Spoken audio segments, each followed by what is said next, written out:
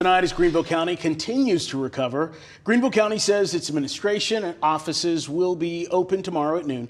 The county will also be under a burn ban tomorrow, starting at 6 a.m. to ease the strain on firefighters and law enforcement.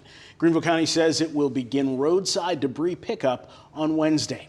This as crews continue to work to restore power for over 70% of Greenville County still in the dark. Greenville County leaders speaking this afternoon on recovery and cleanup.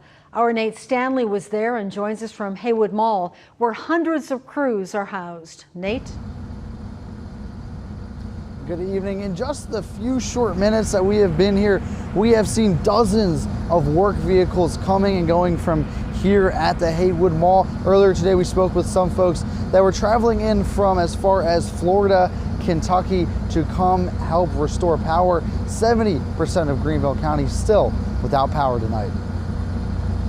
We have teams in the northern part of the county, in the central part of the county, and the southern part of the county. And it is an organized attack mode. A group effort in Greenville County as crews continue to clean up. County leaders gathered Monday to provide an update for the public. At the height of the storm, we were about 97-98% of the county without power. We're down to 72 now, so there is progress. Yes, it's slow and steady, but we want to make sure we keep everyone safe in that process. That slow and steady process on display for many in Greenville County after Helene knocked hundreds of trees down. We know that Duke and all the electric co-ops are actively working to fix substations and fix power lines. So we are not going to risk crews by having them work on trees that are wrapped in power lines that may be active. County EMS and the Sheriff's Office are seeing a decline in call volume, dropping 60% from Sunday to Monday. EMS also responding to a large number of crashes at intersections over the weekend. The Sheriff says treat broken traffic lights as a four-way stop.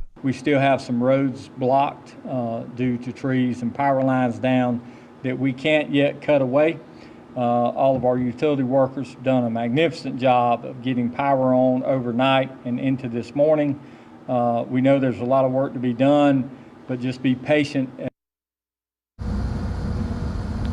And also tonight we learned that FEMA has approved funding for Greenville County. You can find more information on WIFF4.com, or you can visit the website disasterassistance.gov. Reporting in Greenville County, Nate Stanley, WIFF News 4. Nate, thank you. Duke Energy says it will take days to repair the outages in the upstate, with the goal of most people having their power back on by Friday. At last check in the upstate, around 377,000 people still without power. That's according to Duke Energy's website. While in western North Carolina, more than 184,000 outages are being reported. Duke Energy giving an update this afternoon. We have restored about 50% of the substations that were damaged by the storm.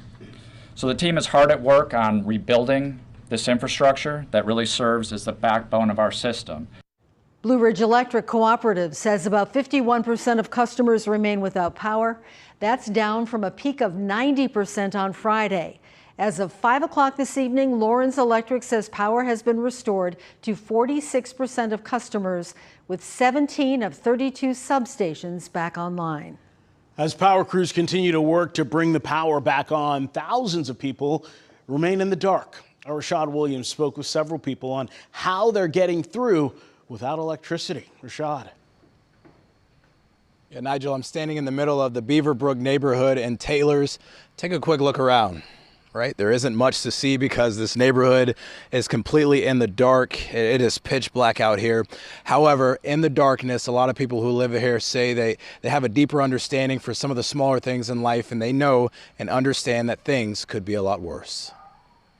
It's been pretty, rough without the power. A familiar expression the last few days for thousands of families across the region. Yeah, that's what I was going to do. Lacey Strange and her household of 5 in Taylors, with plenty of light bulbs going off, aka bright ideas to pass the time. A lot of card games, actually just talking to each other a little bit more than we normally would since we're not on our phones. Just being more family oriented and hang out and do some things that we haven't done in a while. And a chance to meet the neighbors. I've met more neighbors this week than I probably have in the last 10 years. Across the street we met Kathleen Fisk. I'm not a sitter and I sit in my garage.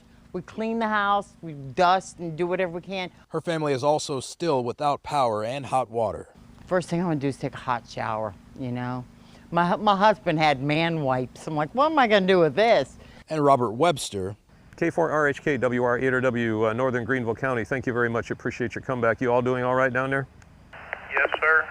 There's still power outages. Using the power of radio signals to save lives in the dark of his home.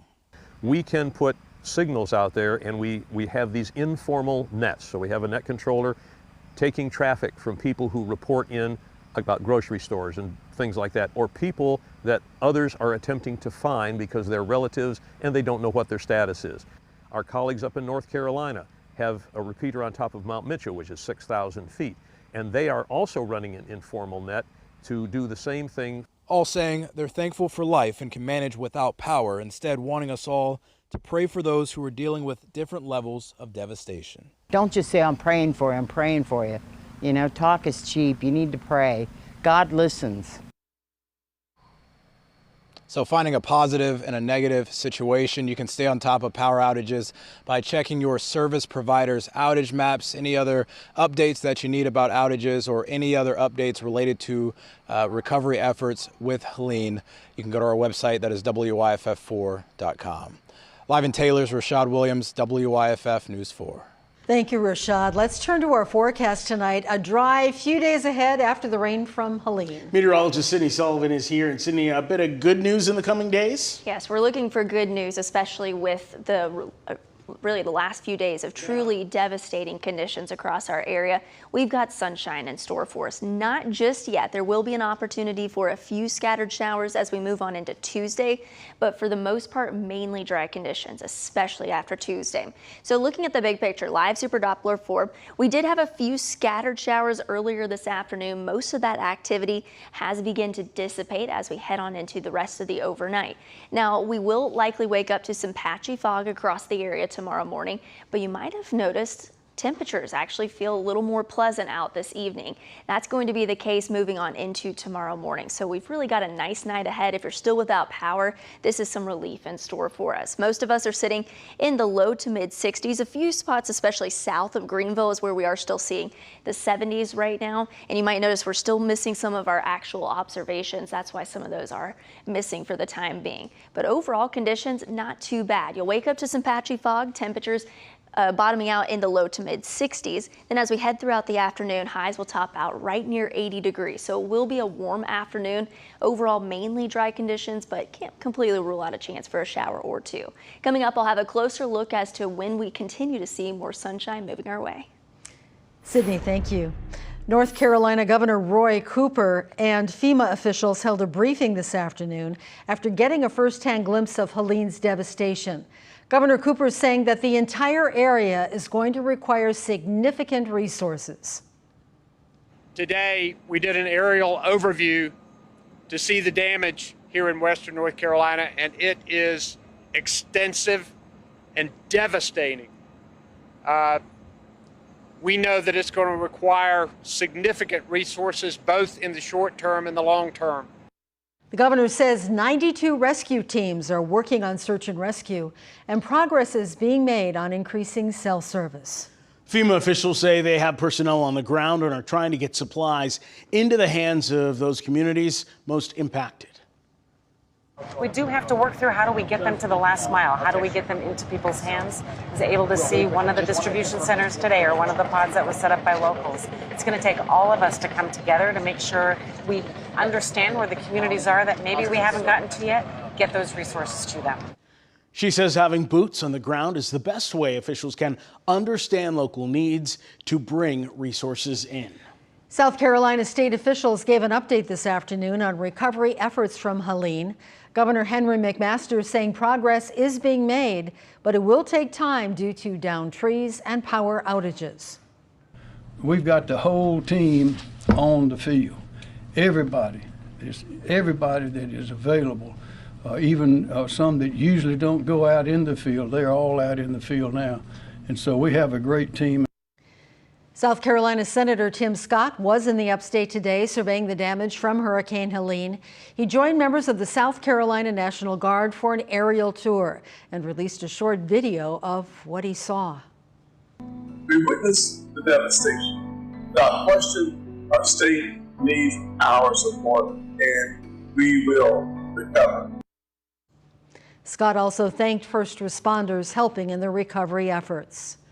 To Asheville now, one of the hardest hit areas in western North Carolina. Our photojournalist Jarrett McDarris flew Sky 4 over a popular tourism destination, Biltmore Village.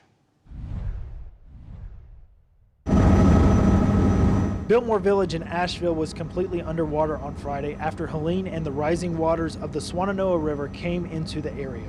Mud and debris from the flooded streets is still all over the roads. Floodwater was as high as the roof of this Wendy's on Friday.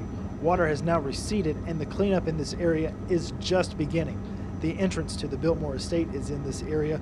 We flew over the estate, and while several trees had fallen down and have since been cut up, there appears to be no major damage to the estate, including Biltmore House. In Sky 4 over Asheville, Jarrett McDarris, WYFF News 4.